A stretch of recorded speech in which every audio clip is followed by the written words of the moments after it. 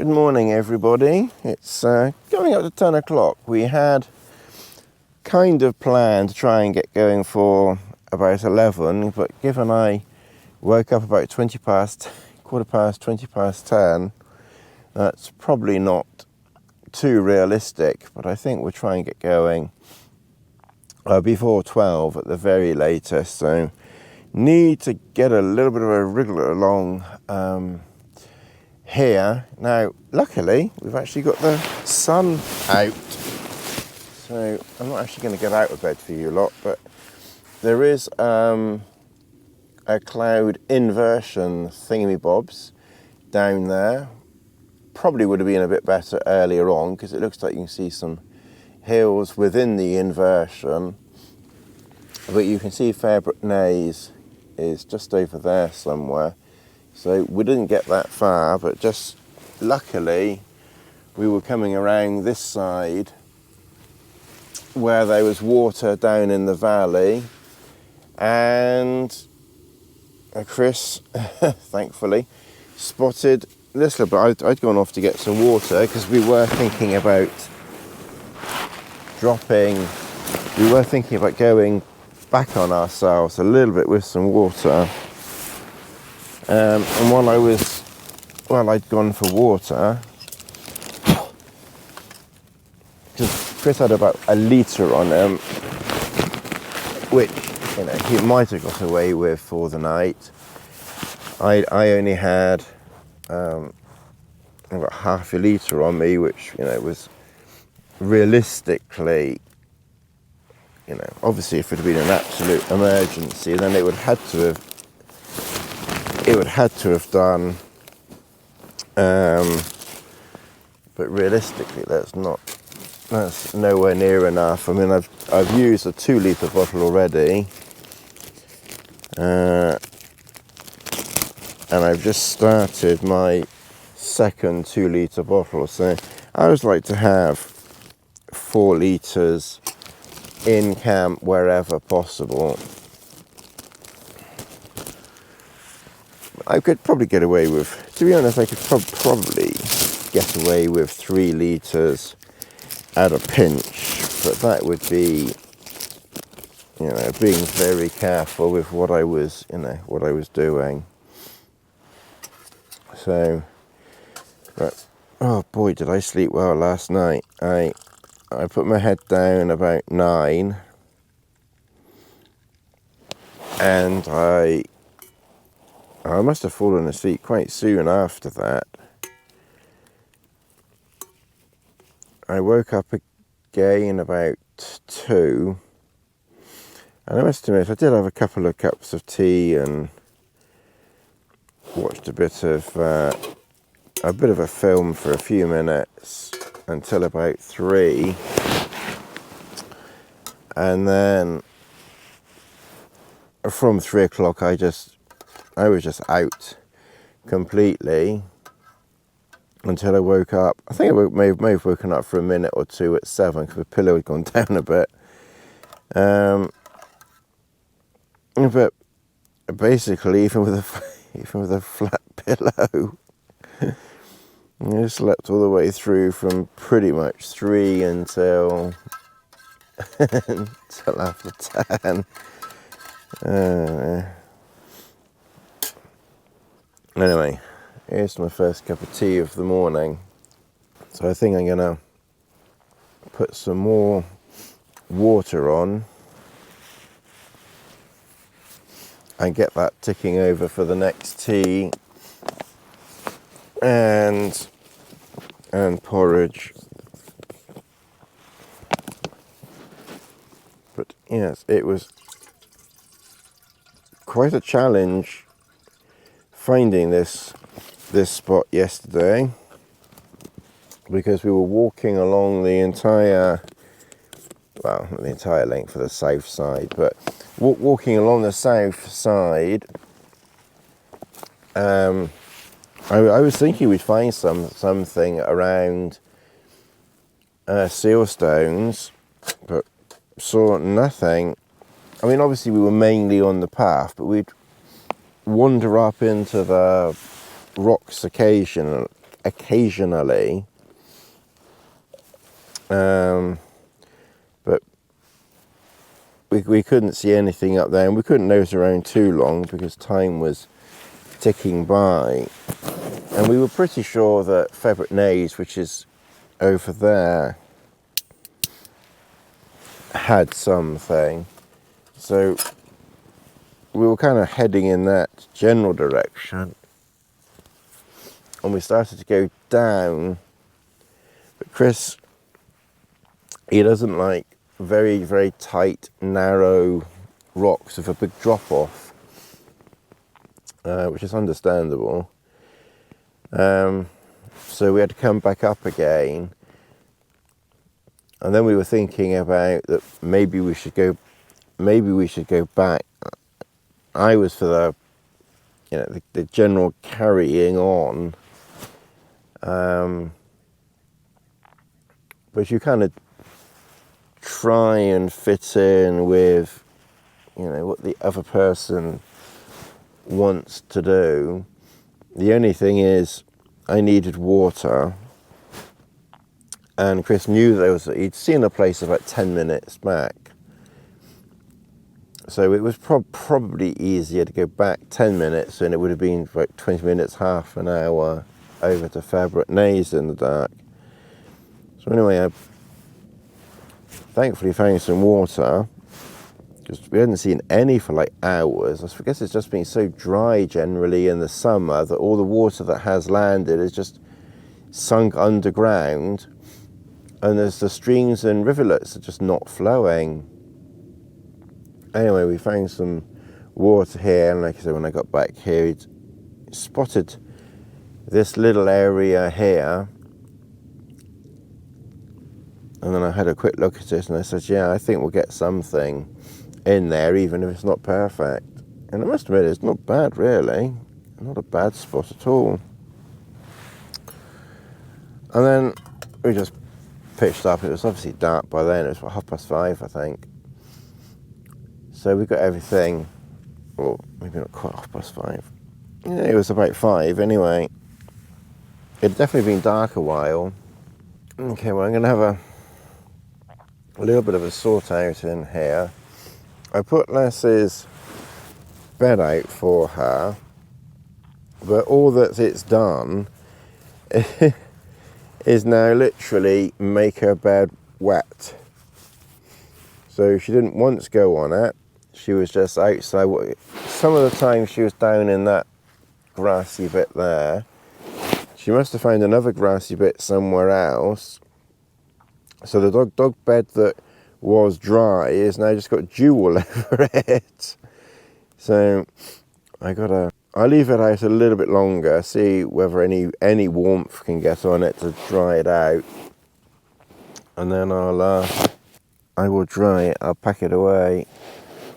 Anyway, I'm going to have some breakfast and just slowly have a bit of a tidy up here. I need to put a battery in the GoPro Hero 11. So I know one of my funny subscribers or viewers was going on about all the gadgets that I have, but this one is particularly useful because I can now put all the GoPro batteries in one place, which kind of keeps them all together. It has turned into a little bit of gadget central here, I must admit now, but and then obviously that's the DJI microphone central bank, so I could just pop the bits in there. That actually charges up that as well. Then obviously we've got our headphones, which I did use because I'm close to someone. If I'm by myself, I never wear headphones unless it's raining and I can't hear. I brought a light, but I didn't need that last night because I didn't film. I brought the Insta 360. I don't really seem to use that as much as I was maybe thinking about I would, but I'll try and use that a little bit more. And then obviously I brought the drone. We might be able to get the drone out the day that we can actually see something. We'll kind of see how it goes. And that's kind of it, really. Okay, I need to put a fresh battery in this GoPro because this one is on 6%. So at least these Enduro batteries do give you every dribble of the battery. Okay, well, by waiting an hour or so, you can see that Lass's bed has finally mostly dried out. So I'm going to put that away. It goes inside this stuff sack here. And I'm going to try and slowly start packing up, because we really need to be gone by 12. So I've put some stuff inside the main dry stuff sack. So basically everything that goes in here is like critical stuff for nighttime use. So it doesn't really matter what happens outside of the tent, what you're wearing, if you get soaked or whatever. It's just absolutely critical that you have dry stuff for when you get into the tent. And even if you have to put that wet stuff on the next day, it doesn't really matter too much, as long as it's not, you know, freezing cold, because you'll be walking, and as long as you keep walking, then you will probably warm up and potentially dry out a little bit as well, just from the body warmth coming through the clothing. So I put, you know, food in there ready, so obviously for tonight's food, breakfast for tonight and tomorrow in there, first aid kit and repair kits in there, my weather station is in there. So the coldest that the temperature got down to was 0 degrees at 7 o'clock this morning. Up until that, it was about between 2 and 4 degrees most of the night, and at the moment it's about 7 or 8 degrees. My down jacket I put in there. The trousers are obviously over here, they stay dry, and my boots are there. They're a little bit on the damp side. I don't know whether it's because I didn't wear gaiters that the boots got wet inside, which it might very well be, or whether because they leaked. I'm not quite sure. I'm also a huge fan of gaiters, and I generally prefer not to wear them, but maybe would have been beneficial this time, I'm not sure. But anyway, it is what it is. I left them behind. I just tend not to wear them. Obviously put all your waste in there. When we got here last night, it was quite a long day. We hadn't done a huge amount of walking, all things considered, but it was a long day nonetheless. And just pretty tiring when we got here, and trying to find camp and water wasn't the easiest. So one of the first things I don't normally bring a chocolate bar with me. I normally just have like a chocolate Nutri-Grain or something, but this time I chucked a chocolate bar in, and I must admit one of the first things I did was have a good old munch on that when I got here for some, you know, chocolatey boost of the morale. Not that it was really needed, but it was nice, so I enjoyed it anyway. I'm just gonna nab some water. I don't know where I'm gonna get it from exactly. I just think here. I mean, it's coming down from up there. Let's just stuck a beak in there, so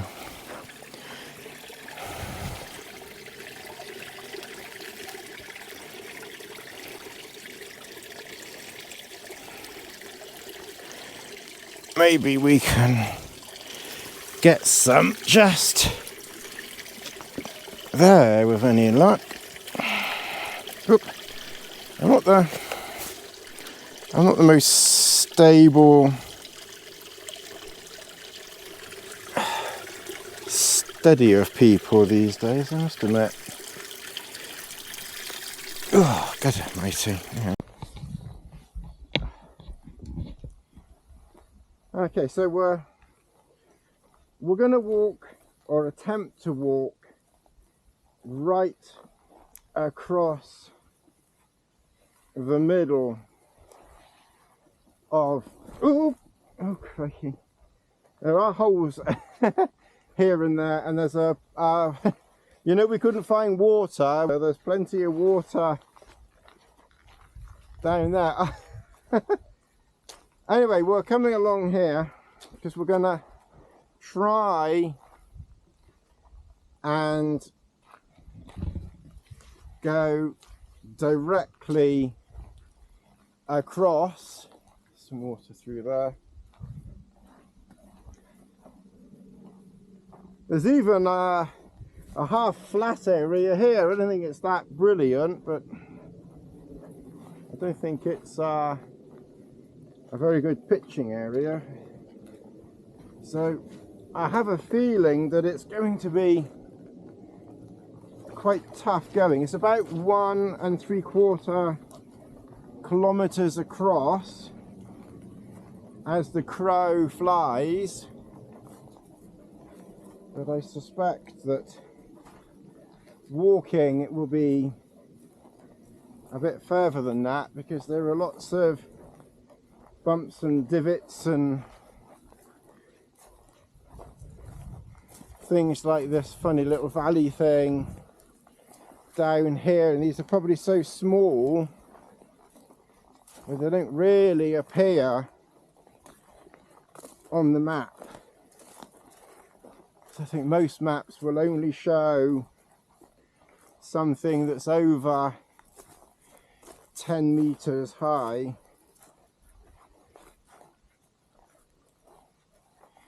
So in fact, actually I'm going the wrong way already, because we're supposed to be walking towards the sun. We're supposed to be walking towards the sun. Yeah. I'm going to stay up here because I can't get down there now. Yeah, come this way, Tony. Sorry? That's gentle now. In fact, actually, I might be able to get down where you are standing. I can probably... There's quite a nice little gentle... Just take this one.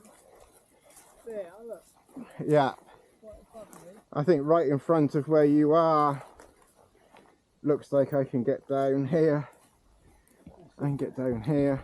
I came down that one. I kind of okay. ramp there. Now you see that's doing my. I'll go that way, Tony. Look. Go down there and walk. Oh, did you drop something? I think so. Okay. And down here. Alright, so anyway, there you go. Then I can now show you a little rivulet waterway along here. I think that's going to be a bit easier coming down that way, but there you go. Right. So here we are. We're walking kind of due south, kind of towards the sun, and we're almost below these big peat things up there. Lassie, of course, has found some water there.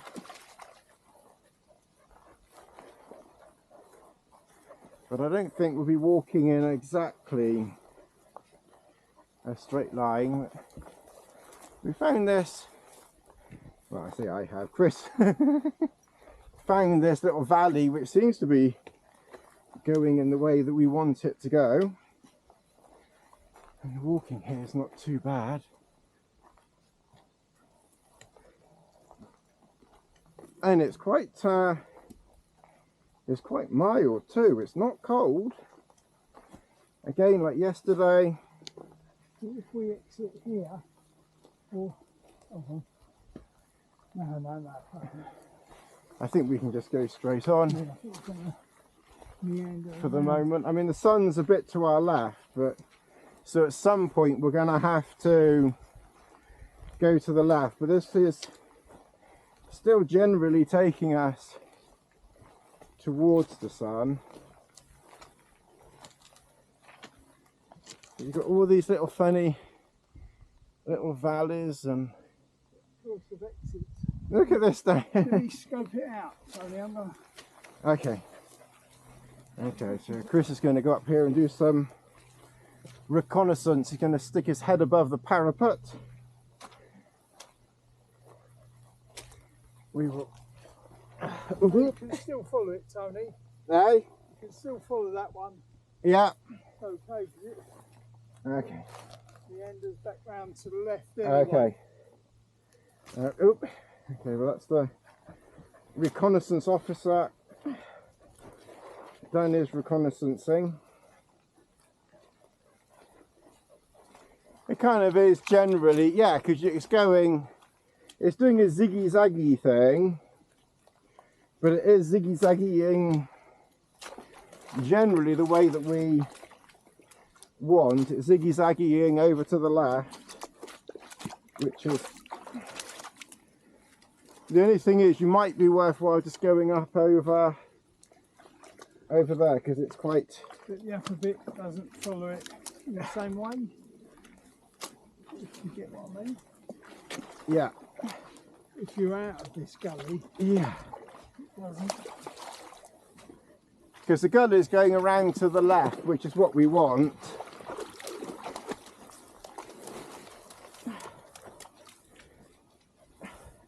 Ooh. Okay, so we're just gonna, so you've got lots of little gullies going up that way, and then up that way. For this one, generally, I think is, well, we're still looking into the sun when we go up here. So how I use the DJI microphone with this, if anyone is interested, I record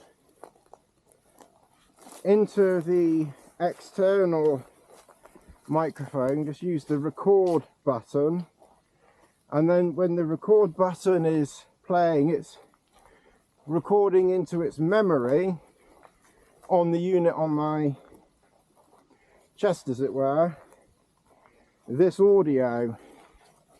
And of course the DJI, and of course the Insta360 is recording audio itself. So because you have two audios, you can synchronize one up to the other. And you literally, in like Premiere Pro or something like that, just put the audio approximately next to or under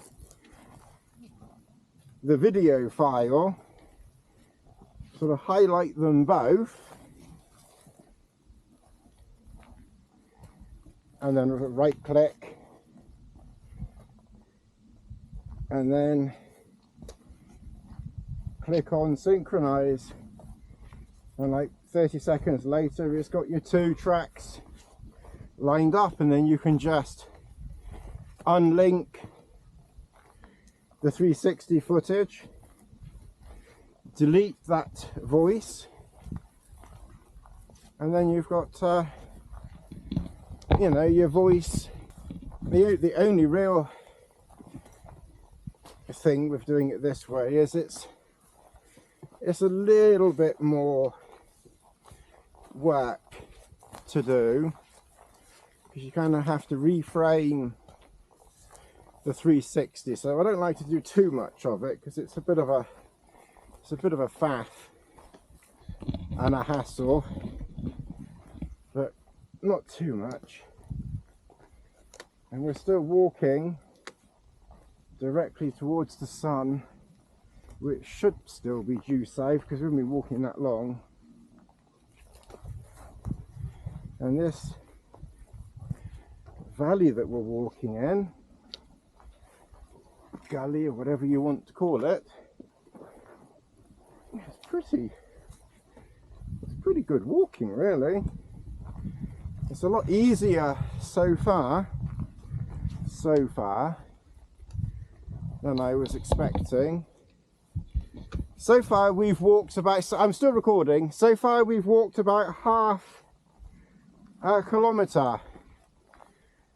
So there's only like about another 1 and a bit kilometres to go, really.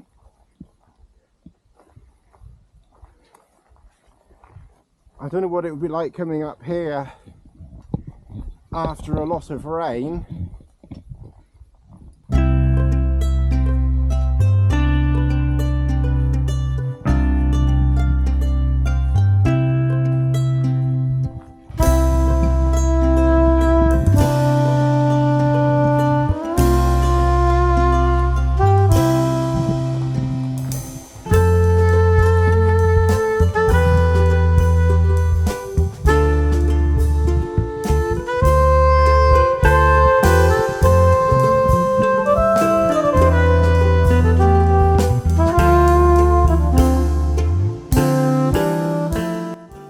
Like no man's land up here. Look at it.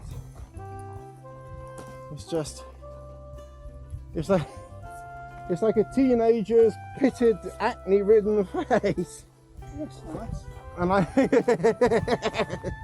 well, I can say that because I was a teenager that had a face that was ridden with acne.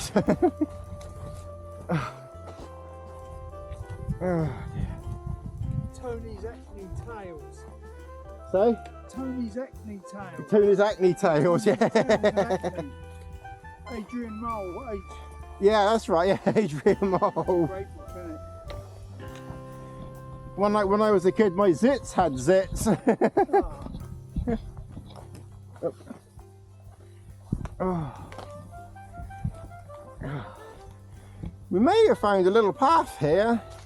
The only thing is, though, it's taking us to the right. Yeah, I would be inclined to...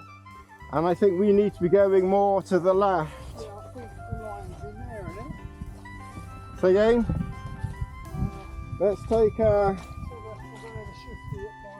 Okay, I'm just going to take a compass bearing.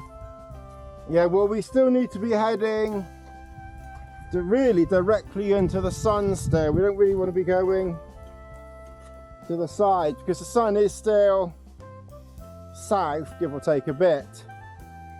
It doesn't have to be. All right, so what's that trig point? Maybe. Maybe. Well, hold this up high. So, is that Kinderlow pointing over there? It could be. Tony, do you know what? What's that? So we are slightly off track. Okay. Oh yes. Okay. All right. Okay. In fact, yeah, because they've built a little dam thing over here. Look. I'll go around the dam and then you go around that way because we're going over that way. I can join you. I don't think we're off track. I think we found a better track. Yeah, I think we're going okay. Yeah, there's a little sort of dam here to hold that in place. And it looks, I don't know if there's some more dams over there or not, but we were going slightly off course, which is not really a surprise for us. So what we've decided to do is we're just gonna, because that's not Kinder thingy-me-bobs, that's something else over there. I think that's one side of Kinder Downfall, right? Yeah, so that's probably Kinder Downfall over there. So we're kind of heading in that direction, and we don't really want to be going I completely mistook that trig point that way.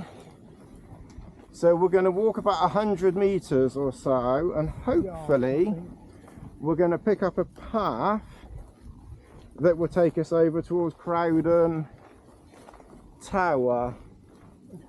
That's kind of the Crowden Hill, Crowden. That's kind of what we're aiming for. Anything called Crowden, we're not fussy. Yeah, anything called Crowden, yeah.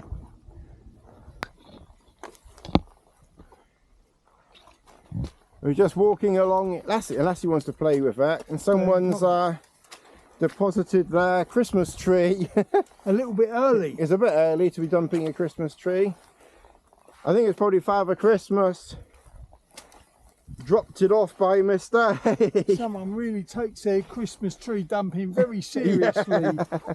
That's silly, Lassie, that's called biting off more than you can chew. Yeah. Come on. Come on, Lassie. That's me and Tony's job. Yeah,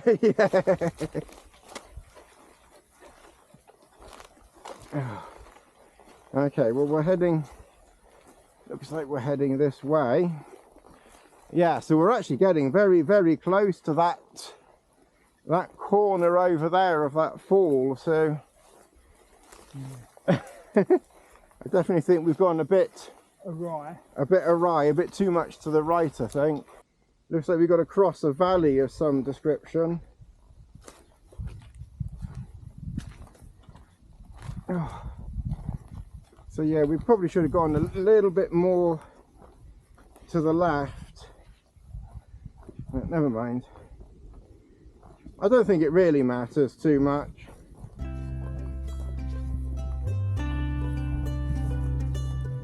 Oh, there's a bit of a water flow.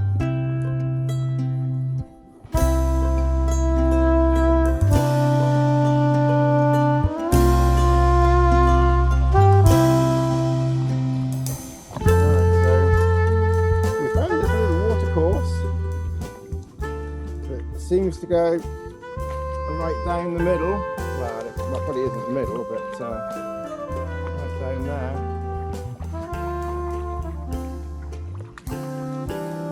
Pretty. Okay, so I think I can cross here, hopefully.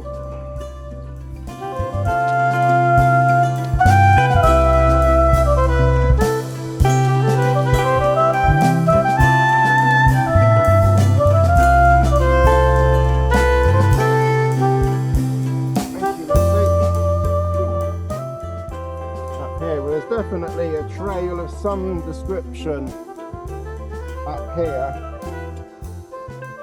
Okay, well we're gonna walk on a bit further and we'll kind of catch up with you all.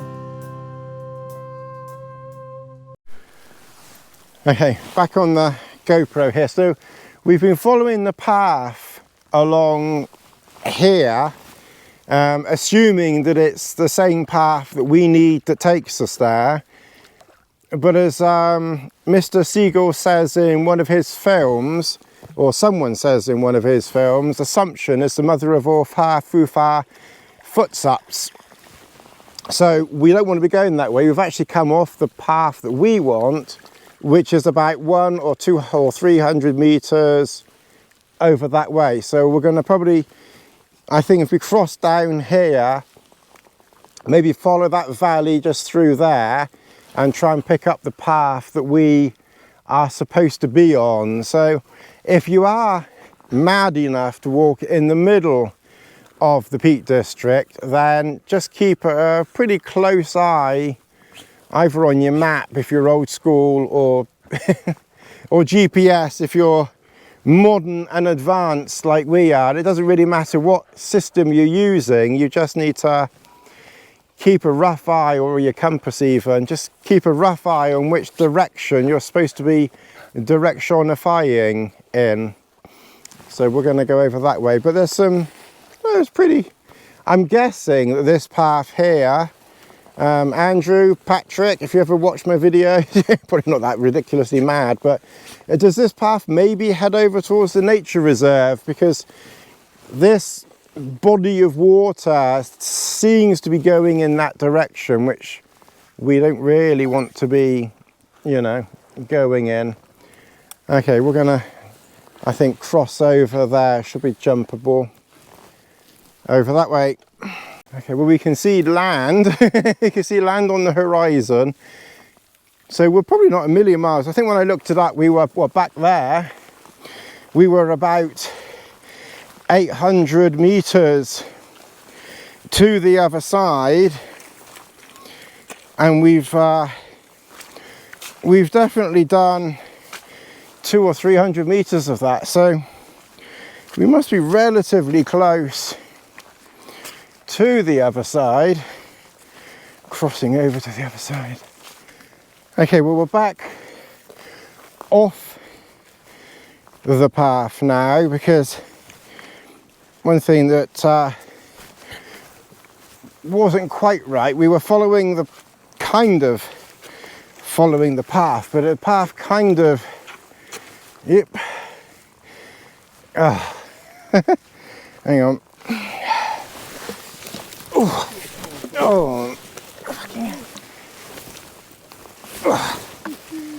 Oh, it's just, you gotta scramble over this grassy stuff. I'm gonna go around this way, I think.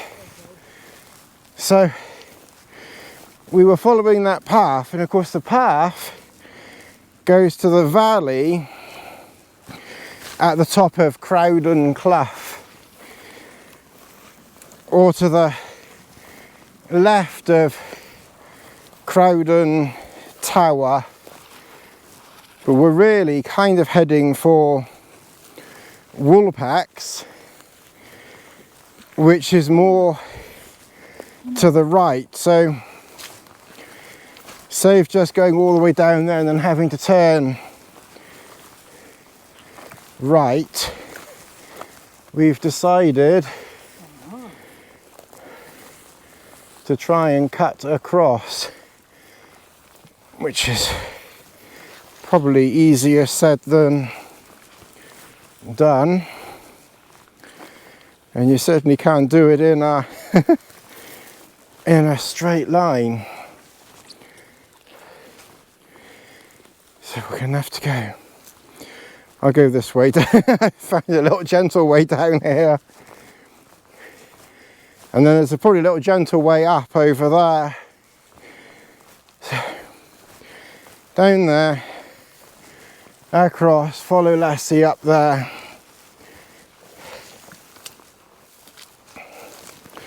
I take to look at the GPS route that we've taken today.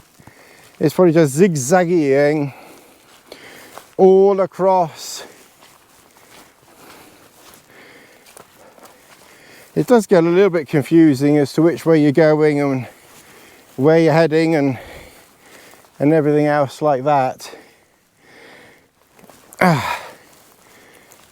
So go down this way.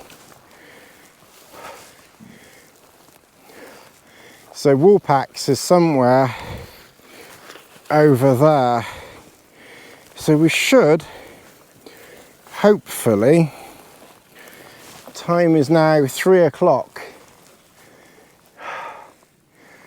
so we should get there before dark, which will have meant that we've spent about 3 hours crossing the middle from about 1 o'clock to dusk at 4. Now, I was thinking we'd, oh God, cross it in about an hour and a half. But I think we kind of zigged and zagged a bit more than maybe we should have done.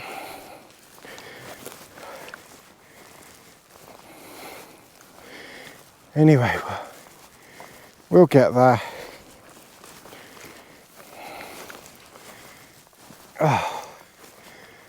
Chris is over that valley. I'm going to stay over this side just for the minute, okay? Because we're kind of heading kind of parallel, I think. So we're heading in roughly that direction. It's not the easiest of goings up here. Oh, I'm on the wrong side. I think I need to, because that doesn't look very friendly over there. So I'm gonna go down here and then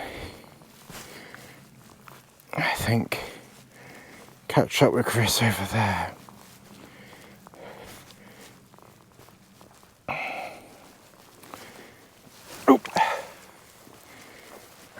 quite a few of these wooden things.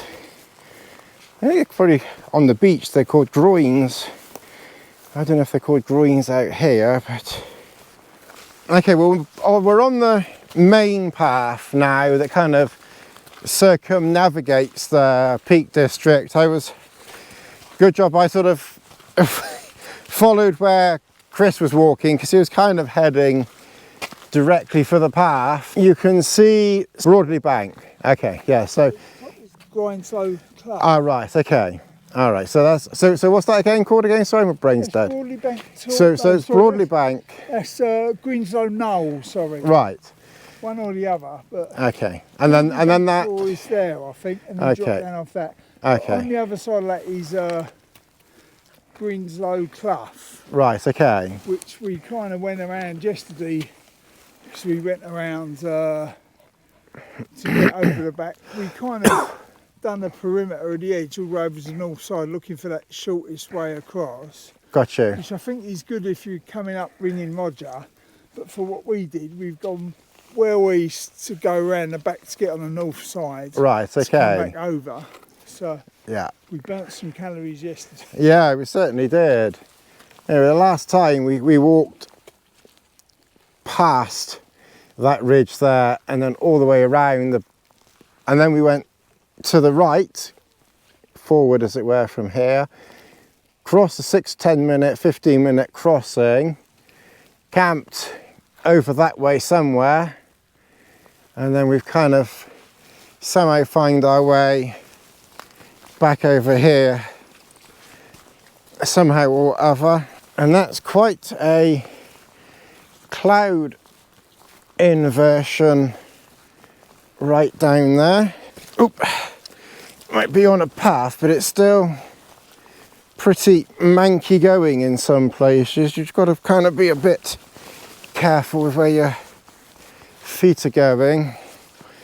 So we're heading over to Woolpacks area where we think there'll be somewhere to camp. We kind of hope that no one else is over there, or if there is, that we can find somewhere not right next to them. Ooh. Up over these stones.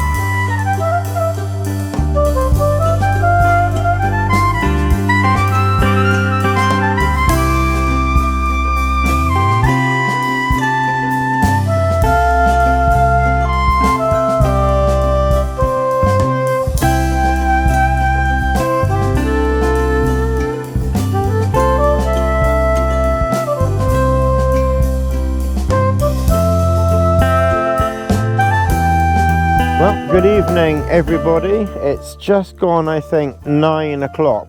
We're settling down for the night. We're doing some charging here, probably to be honest not the best place to be doing charging because the temperature, as you can see there, is minus 0.5, so it's definitely colder than last night, so really probably should be doing my charging inside the sleeping bag.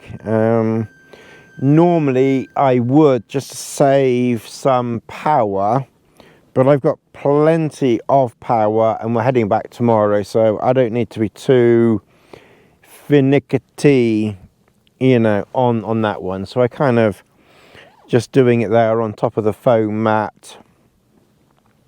The phone actually put up a warning or a notice saying slow charging due to cold temperatures. So the phone itself is not even charging quickly, you know, because of the low temperatures, but it is at least charging.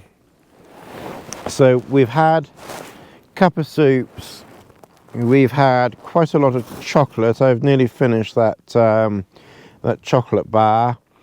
I did bring those sausage things with me, but I think I probably saved them for next time.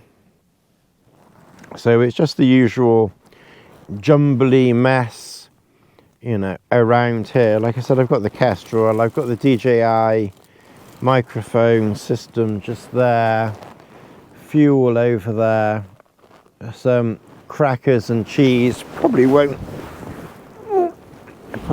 have that this trip now. Lassie has decided this time to come undercover, and then it's just the usual bits and there's the light there. Yeah, food for the night if I get hungry. I've brought a load of biscuit bar things, but I've not really eaten very many of those. I think I've been eating the chocolate instead this trip, but we're doing well. So I think we're going to settle down. I think we'll soon be settling down for the night. I might just watch something, a film or YouTube for a few minutes, and then put my head down. I will leave the door open overnight, so there is literally nothing between the elements out there. Chris has done his tent up over there, but I'm going to leave the door open. I'll just do the door up if it was raining or if it was blowing. Let's try and shine the torch. Actually, hang on a minute. There, you can actually see things now. I've bothered to put the light on. Yeah, so I'll leave the door open. I always tend to leave the door open. I never do it up. It's strange really, because I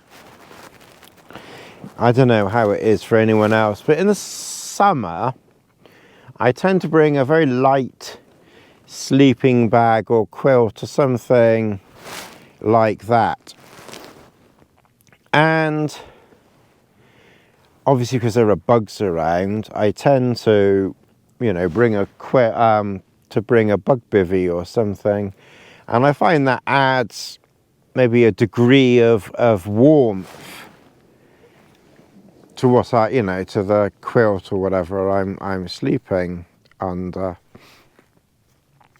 and I find that quite comforting. Yeah, in the winter I rely completely on my sleeping bag and anything that I'm wearing to keep warm, and I don't have anything extra. I just virtually never have a bivvy in the winter, and like I said, unless it's raining and rain is getting in, and then I'll close the door, or if it's blowing so much that the integrity of the shelter needs the strength of the door being done up, then I'll close the door. But other than that, I just always have the door open all night and just literally rely on, you know, what I'm wearing and the sleeping bag to keep me warm. And the temperature now minus 0.5, 0.5, 0.6, so it's probably going to get down to -1 during the night. I wouldn't be surprised. Okay, all right, well, let's that's enough of me waffling on for now. So I'll catch you all in the morning, or most likely the next video. Thanks for watching. Don't forget to come back tomorrow. That's a ghostly face, isn't it? Ooh. I'll see you in the next one. All right, so it's a little tip for you. We're just setting up. So over here I've got my, not very brightly, but that's my Duomid XL set up over there.